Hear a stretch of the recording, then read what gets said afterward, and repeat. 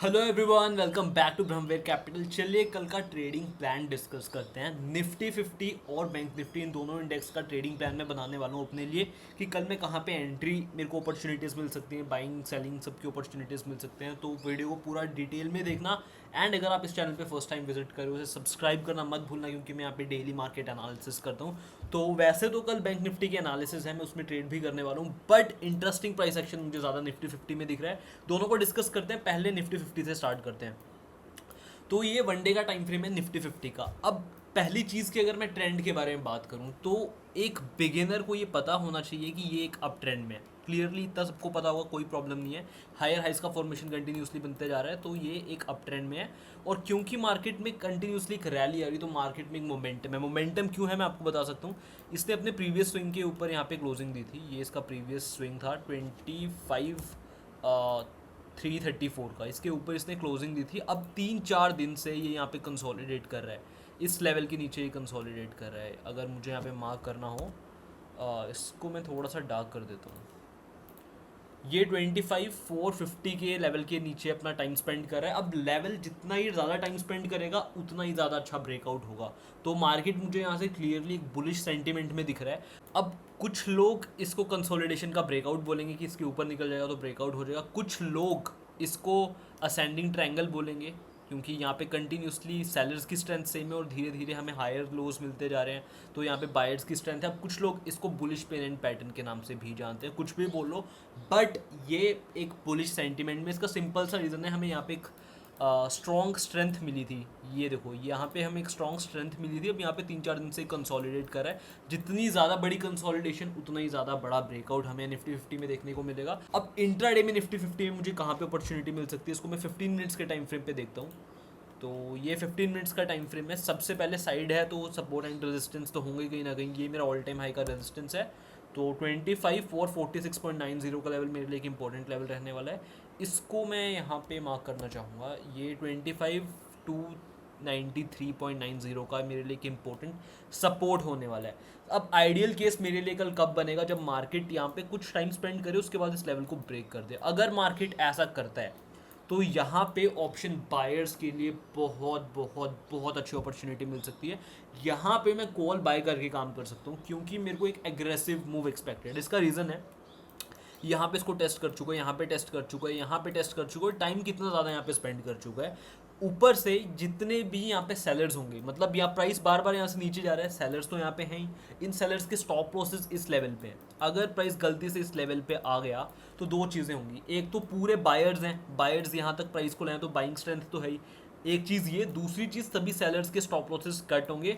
अब वो selling position को न्यूट्रलाइज करने के लिए क्या करेंगे, वो और बाय करेंगे। अब इन दोनों चीज़ों के चेन रिएक्शन की वजह से मुझे यहाँ पे एक स्ट्रॉन्ग बाइंग मूव देखने को मिल सकता है। तो ये मेरी सिंपल सी निफ्टी 50 की एनालिसिस रहने वाली है। जब तक मार्केट इस पूरी रेंज में है, 25,293 से लेकर 25,446 तक है, तब तक कोई भी एग्रेसिव ट्रेड का मैं प्लान नहीं करूँगा। मैं वेट करूँगा इसके नीचे मार्केट निकल जाता है, थोड़ा सा कंसोलिडेट करके, डायरेक्ट नहीं। अगर ऐसा मार्केट करता है तो मैं एक पार्शियली बेरिश ट्रेड करके प्लान कर सकता हूँ। एक ये चीज़ हो गई। अब एक थर्ड केस के बारे में बात करते हैं, जिसकी प्रोबेबिलिटी भी काफ़ी हाई है। अगर मार्केट गैप अप ओपन हो जाता है, ऐसे केस में अगर मार्केट गैप अप ओपन हो गया तो गैप अप ओपन होने के साथ ही अपने साथ एक अनफिल्ड गैप भी क्रिएट कर देगा। ऐसा गैप जो कभी भी फिल नहीं हुआ है, और सभी गैप की टेंडेंसी होती है गैप को फिल करना। तो मार्केट यहाँ से गैप फिलिंग तक का मूव भी दिखा सकता है। तो अगर मार्केट गैप अप होता है, मैं एक एग्रेसिव डाउन साइड की तरफ ट्रेड प्लान कर सकता हूँ, एक पुट बाय करके भी काम कर सकता हूँ। इसका जो टारगेट रहेगा, वैसे तो जब भी मैं ऑप्शन बाय करता हूँ, मैं एग्रेसिवली अपने स्टॉप लॉसेस को ट्रेल करना प्रेफर करता हूँ। बट डेफिनेटली ये 25,446 का मेरा एक फर्स्ट टारगेट ब्रॉडली मैं मान के चल रहा हूँ। बाकी ऑब्वियसली बहुत सारी चीज़ें हैं जो लाइव मार्केट में पता चलती हैं कि ऐसा प्राइस एक्शन बन रहा है, कि ऐसा ट्रेंड मार्केट फॉर्म कर रहा है। तो वो चीज़ें अभी हम नहीं बता सकते हैं, बट ये मेरा एक ब्रॉडर पिक्चर में अगर आप मेरे से पूछोगे तो 25,446.90 का मेरा टारगेट रहने वाला है। यहाँ तक मैं एक एग्रेसिव सेल का ट्रेड प्लान कर सकता हूँ। अब बात कर लेते हैं हमारे फेवरेट इंडेक्स बैंक निफ्टी की। बैंक निफ्टी क्या बोल रहे हैं, इसको वनडे के टाइम फ्रेम पे एनालाइज करता हूँ पहले। तो ये हमारा वनडे का टाइम फ्रेम है। बैंक निफ्टी में स्लोली स्टेडली प्राइस ऊपर जा रहा है। निफ्टी 50 जितनी इसमें मुझे स्ट्रेंथ नहीं दिख रही है, क्योंकि निफ्टी 50 में हमने क्या देखा, मार्केट कंसोलिडेट करा है। ब्रेक होगा, हमें मोमेंटम मिलेगा। उसमें मोमेंटम मिलेगा तो कहीं ना कहीं वो रिफ्लेक्ट तो भाई बैंक निफ्टी में भी होगा। बट चीज़ क्या है, आप ये चीज़ ऑब्जर्व करो, इसने अपना एक इंपॉर्टेंट लेवल को ब्रेक कर दिया था जो कि 51,738.70 का है। अब मार्केट में मैंने आपको बताया था यहाँ से मेरे को मार्केट में मूव एक्सपेक्टेड है, ट्रेंड अपसाइड का सब कुछ है। बुलिश ट्रेड में प्लान करूंगा, बट एग्रेसिव बुलिश ट्रेड में बैंक निफ्टी में प्लान नहीं करूंगा। इसका सिर्फ रीज़न है ये कंसोलिडेशन। यहाँ पे मार्केट बहुत टाइम स्पेंड करके उसके बाद नीचे गया है, और ये कंसोलिडेशन तो मेरे को नहीं लगता कि मार्केट को स्मूथली इसको क्रॉस कर देना चाहिए।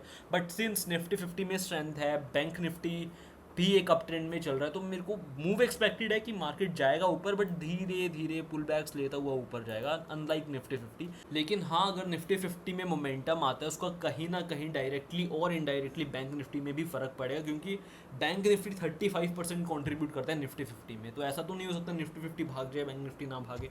कहीं ना कोई इसका भी इफेक्ट हमें देखने को मिलेगा बैंक निफ्टी में। But I am totally prepared कि बैंक निफ्टी में मैं एग्रेसिवली बाय ट्रेड नहीं करूंगा। यहाँ पे अगर मेरे को काम करना होगा मैं स्प्रेड्स बना के करूंगा, जैसे मैं अपनी स्ट्रैटेजी में करता हूँ। एक ही स्ट्रैटेजी यूज़ करता हूँ मैं ऑप्शंस में। जिसको मेरी स्ट्रैटेजी सीखनी है, इसका लिंक आपको मेरे डिस्क्रिप्शन में मिल जाएगा। Anyway, let's get back to our video. तो इसके सपोर्ट एंड रेजिस्टेंस के बारे में बात कर लेते हैं। 15 मिनट्स का टाइम फ्रेम मैं प्रेफर करूँगा। तो 15 मिनट्स के टाइम, अब ये 15 मिनट्स के टाइम फ्रेम पे सपोर्ट एंड रेजिस्टेंस मार्क कर लेते हैं। एक अगर मुझे मार्क करना हो तो डेफिनेटली ये एक मेरा ऑल टाइम हाई का रेजिस्टेंस है, विच इज़ 53,316.50 का, और ये मेरे लिए एक इंपॉर्टेंट सपोर्ट है। और ये मेरा एक सपोर्ट है 51,744 का, क्योंकि मार्केट ने यहाँ से एक रिजेक्शन लिया था, उसके बाद मार्केट नीचे आया था। अब बात कर लेते हैं कल हो क्या सकता है मार्केट में। देखो, वैसे तो ट्रेंड अप है, तो अगर आप मेरे से वन वर्ड में पूछोगे कि मेरा बैंक निफ्टी को लेके कल व्यू क्या है, तो मैं बोलूँगा बुलिश व्यू है। क्यों है? क्योंकि ट्रेंड अप है। अगर मार्केट गैप अप ओपन होता है तो क्या होगा, मैं गैप फिलिंग का ट्रेड प्लान करूंगा। सेम वेज अगर मार्केट गैप डाउन ओपन होता है, अगर सुनो, अब बैंक निफ्टी में अगर मुझे एग्रेसिव ट्रेड करना है तो मैं ये चाहूंगा कि मार्केट में गैप डाउन ओपनिंग हो जाए। गैप डाउन ओपनिंग होने पे क्या होगा, एक तो जो मेरा ट्रेंड है वो अपसाइड का, ऊपर से मेरे को एक गैप फिलिंग का मूव मिल जाएगा। इन दोनों चीज़ों की कंफर्मेशन से मैं एक बुलिश ट्रेड यहाँ पे प्लान कर सकता हूँ। हो सकता है मैं एग्रेसिव बुलिश ट्रेड भी प्लान कर लूँ, डिपेंड्स की बायर्स की कितनी स्ट्रेंथ आ रही है। अगर सपोज करो मार्केट यहाँ पे कहीं गैप डाउन ओपन हो जाता है, राइट, लेट्स से 51,840 पे, राइट, तो मैं आज की क्लोजिंग का एक टारगेट मान के यहाँ पे एक बुलिश ट्रेड पंचअप कर सकता हूँ। ये मेरे लिए इंपॉर्टेंट लेवल होने वाला है।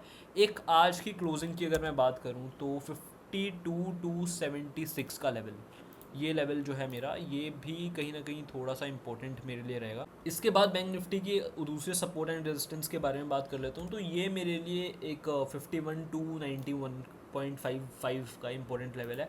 मार्केट इसके नीचे कंसोलिडेट करके इसको ब्रेक करता है, बहुत अच्छी बात है। यहाँ पे मेरे को एक मोमेंटम में कुछ शॉर्ट पीरियड ऑफ टाइम के लिए एक अच्छा ट्रेड देखने को मिल सकता है। ये जहाँ तक मेरे को लगता है ये तभी टूटेगा जब निफ्टी का ब्रेक डाउन होगा, ये जो लेवल है। इसके अलावा अगर मार्केट इसको डायरेक्टली ब्रेक करता है तब मेरे को एक श्योरिटी हो जाएगी कि मार्केट अभी जो ये जोन मार्केट बेसिकली बना रहा है 52,106 के आसपास का जो लेवल है, यहाँ से लेके 52,291 का लेवल, इसके बीच में मार्केट कंसोलिडेट करे। ये एक बार कंसोलिडेशन टूट जाए तो मेरे को एक श्योरिटी हो जाएगी कि बैंक निफ्टी में इंट्राडे के लिए एटलीस्ट एक बुलिश व्यू बना सकता हूँ। तो ये मेरे लिए सिंपल एनालिसिस रहने वाली निफ्टी 50 बैंक निफ्टी की। अगर आपको मेरी डेली P&Ls चेक करना है कि मेरा डेली का प्रॉफिट एंड लॉस कितना रहता है, आप मेरे इंस्टाग्राम पे जाके चेक कर सकते हैं। See you in the next video.